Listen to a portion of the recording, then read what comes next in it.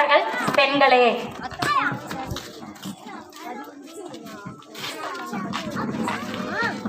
அனைவருக்கும் அஸ்ஸலாமு அலைக்கும் வரஹ்மத்துல்லாஹி வபரகாத்துஹு. சுப்ஹானக லா இல்ம லனா இல்லா மா அல்லம்தனா இன்னக அன்தல் அலீமுல் ஹகீம். சமூக பார்வையில் பெண்களே சிறந்தவர்கள் என பேச வந்துள்ளேன். மங்கையராய் பிறந்திடவே மாதுளம் செய்திடவே வேண்டும் அம்மா அப்படின்னு பாரதியார் கூறியிருக்கிறாரு. நபி ஸல்லல்லாஹு அலைஹி வஸல்லம் கூறினார்கள், பெண்கள் பொத்தி பாதுகாக்கப்பட வேண்டிய ஆணிமுத்துகள். குர்ஆனில் அல்லாஹ் அன்னிசா அப்படின்னு பெண்ணுக்காக அத்தியாயத்தை அறிஞ்சிருக்கான். அது மட்டுமாப்பா, யூசுப் யூனுஸ்லாம் வசனம் இருக்கிறதா கேள்விப்பட்டேன். அஜ்துல் விதாவில் கூடை சௌசு பின்னிசா ஹைரன் பின்னிசாயி, பெண்களிடத்தில் நல்ல முறையில் நடந்து கொள்ளுங்கள் அப்படிதான் வலியுறுத்தில சொல்லியிருக்காங்க. ஒரு விஷயம் கிடைப்பதற்காக அதனுடைய அருமை தெரியும் நடுவர்களே. எனக்கு ஒரு சகோதரர் நடுவர்களே, பெண்ணை சேர்த்து வைத்த 3 ஆண்களான எங்க அம்மா துணி துவைத்து பாத்திரம் கழுவி எல்லா வீட்டு வேலையும் பார்த்து எங்களையும் கவனிச்சு குடும்பத்தையும் கவனிச்சு அனைத்தையும் செய்கிறேன். தாய் சிங்க பெண் அல்லவா, அதனால்தான் அவர்களே சிறந்தவர்கள். பெண்கள் தான் சிறந்தவர்கள். குழந்தையை பெற்றெடுக்கும் பெண், அந்த பெண் தந்தை சுவனம் செல்வதற்கும் காரணமாக இருக்கிறாள். அதனால் தான் அங்க கூட ஒரு பெண் உறுதுணையாக இருக்கிறார். இவ்வளவு ஏன் நடுவர் அவர்களே, இந்த விழாவில் எத்தனையோ குழந்தைகள் இருக்கிறார்கள். இவர்கள் எல்லாத்தையும் தாய்மார்கள் தானே தயார் செய்து அனுப்பினார்கள். எந்த வீட்டிலேயாவது தந்தைமார்கள் தயார் செய்து அனுப்பினார்களா? தந்தைமார்களே அம்மாமாருக்கு தான் ரெடி பண்ண வேண்டியதா இருக்கு. நபி ஸல்லல்லாஹு அலைஹி வஸல்லம் கூறினார்கள், உங்களில் சிறந்தவர் யார்னா உங்கள் மனைவியிடத்தில் சிறந்தவர். அது கூட பெண்ணிடத்தில் சிறப்பாக நடந்தால்தான் ஆணையும் சிறப்பிச்சு சொல்லுவாங்க. ஒரு உண்மை சம்பவம். ஒரு ஆண் படித்து வெளிநாட்டில் வேலைக்கு செஞ்சிருக்கான். அவங்க வீட்டுல தாய் இருக்காங்க. அந்த வீட்டுல 2-3 நாட்களாவது துர்நாற்றம் வருது. என்னன்னா, அந்த தாய் இறந்து அந்த உடல் அழுகிய நாற்றம் தான் அது. பக்கத்து வீட்டுக்காரங்க வந்துதான் தெரியுது. இதுவே ஒரு பெண் பிள்ளையா இருந்தா ஒரு நாளைக்கு ஒரு தடையாவது கால் பண்ணி பேசியிருப்பா. வீட்டுல நடக்கிறதெல்லாம் அங்க கூப்பிட்டு சொல்ல வேண்டாம். இந்த தாய் இறந்து 3 நாட்கள் ஆனது கூட தெரியாம இந்த வெளிநாட்டில் வேலை செஞ்சிருக்கான். ஆண் பிள்ளை பெற்ற பலர் தாயின் நிலைமை இப்படிதான் இருக்கின்றது. இஸ்லாத்தில் முதல் உயிர் தியாகம் செய்த ஒரு பெண், அவர்கள் தான் சுமேரொலிலாக அவர்கள் சிறந்தவர்கள்.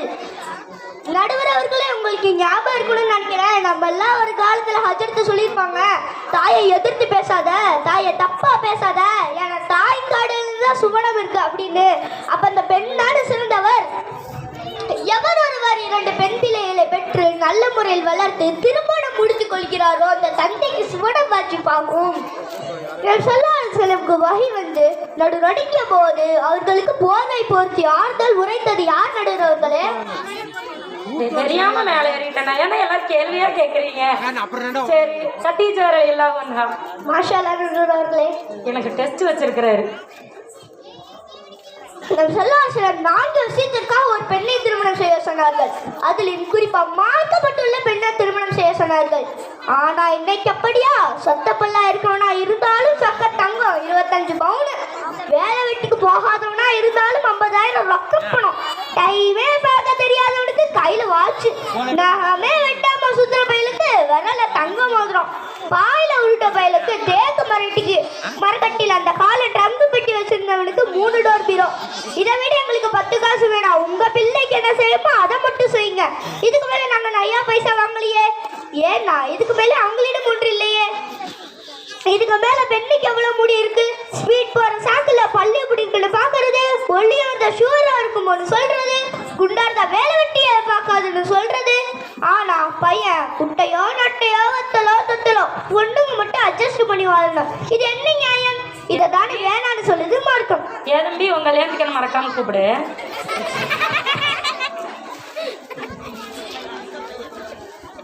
ஆனா பையன் குட்டையோ நட்டையோ வத்தலோ தொத்தலோ பொண்ணுங்க மட்டும் அட்ஜஸ்ட் பண்ணி வரணும். இது என்ன நியாயம்?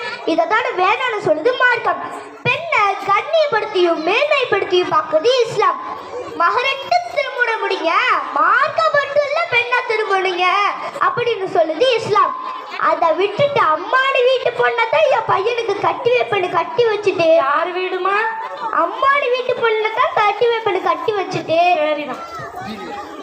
சொல்லுங்க. அதை விட்டுட்டு அம்மாடி வீட்டு போனாதான் என் பையனுக்கு கட்டி வைப்படு கட்டி வச்சுட்டு வந்த மருமக என் பையனை தனியா பிரிச்சு கூட்டிட்டு போயிட்டானா யார் மேல குத்தம்? அப்பவும் நடுவர் அவர்களே ஆண் அப்பாவி தானா? அப்படிதான் சொல்லிக்கிறாங்க. என் பையனுக்கு ஒண்ணுமே தெரியாது, இவதான் தனியா பிரிச்சு கூட்டிட்டு போயிட்டா. நடுவர் அவர்களே, இத்தனையும் சகிச்சுக்கிட்டு தாங்கிக்கிட்டு வாழ்ற பெண்கள் பாவம் இல்லையா? அப்படிப்பட்ட பெண்கள் தானே சிறந்தவர்கள். ஆண்கள் பெற்றவங்களை கவனிச்சுக்கிட்டா எதுக்கு முதியோர் இல்லம்? ஒரு பணக்கார பையன் வந்து தனது அப்பா அம்மாவும் முதியோர் இடத்துல சேர்க்க போனான். அப்ப இங்க ரூம் வசதியெல்லாம் எப்படி இருக்கும்னு பார்க்கணும்னு சொல்றான். அங்க கால் உடிஞ்சு போன ஒரு கட்டல் இருந்துச்சு. உடனே அந்த பையன் குவாலிட்டியான பெட் எல்லாம் வாங்கி போடுறான், ஃபேன் எல்லாம் வாங்கி போடுறான். கிச்சன் வசதி எப்படி இருக்குன்னு பார்க்கணும்னு சொல்றான். அங்க ரேஷன் அரிசி அழுகி போன காய்கறிகள் மட்டும்தான் இருந்துச்சு. உடனே அந்த பையன் பாஸ்மதி அரிசி ஃப்ரெஷ்ஷான காய்கறி எல்லாம் வாங்கி போடுறான். இனிமேல் நீங்க இதைதான் சமைக்கணும் அப்படின்னு சொல்றான். அப்பா அம்மா அவங்களை நீங்க உள்ள வாங்க அப்படின்னு சொல்றான். இவ்வளவு நேரம் எங்க அப்பா அம்மா அவங்கள என்ன பேசிட்டு இருந்தாங்க?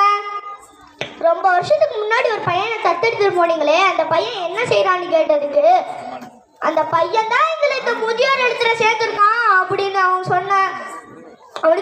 சொன்னதுக்கு அவனுக்கு அங்க சவுட்லயே அடிச்ச மாதிரியே இருந்துச்சு. ஒழுங்கா பொம்பளை பிள்ளையே தத்தெடுத்துட்டு போய்க்கலாம்ல. ஆமா நடுவர் அவர்களே, என்ன மாதிரி சில நல்ல பசங்களும் இருக்காங்க. ஆண்களை விட பெண்கள் ஒரு படி சிறந்தவர்கள் என கூறி என் உரையை முடித்துக் கொள்கிறேன். பேசுறதெல்லாம் பேசிட்டு உன நல்ல பையன் ரிஜிஸ்டர் பண்ணிட்டீங்க. சரி, மாஷா அல்லாஹ், அருமையா பேசினாங்க. ஆனா நாங்களும் ஒன்றும் சளைச்சவங்களாம் இல்லைங்க. என்ன நினைச்சிட்டு இருக்கீங்க அப்படின்னு சண்டை போடுறதுக்காக வர்றாரு நதீம். ஆண்கள் தான் சிறந்தவர்கள். முகமது நதீம் ஆண் கௌரவத்தை காப்பாற்ற வராரு. காப்பாத்திருங்க நதீம். السلام عليكم ورحمة الله وبركاته يا أيها الذين آمنوا اتقوا الله حق تقاته ولا تموتن إلا وأنتم مسلمون. அரசாட்சி தினத்தாக்கி அதன் சாட்சி நபியமாகி அழகாட்சி புரிகின்ற அல்லாஹ்